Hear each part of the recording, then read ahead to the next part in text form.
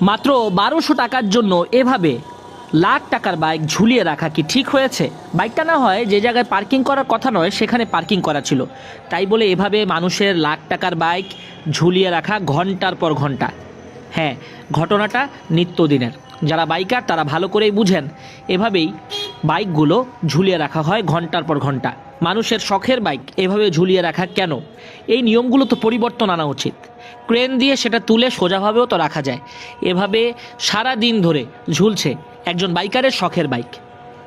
Traffic সার্জেন্টের সঙ্গে কথা বলে জানা গেল 1200 টাকা দিলেই মিলবে মুক্তি, ছাড়া হবে বাইক। কিন্তু সামান্য 1200 টাকার জন্য এভাবে লাখ টাকার জিনিস সারাদিন ঝুলিয়ে রাখার মানেটা কি, তাও জিজ্ঞেস করেছিলাম তাদের, কিন্তু সদুত্তর দিতে পারেনি পুলিশ। টাকা তো শেষমেশ দিতেই হবে, তবে এভাবে ঝুলিয়ে রাখার ব্যবস্থাটা বন্ধ করা উচিত।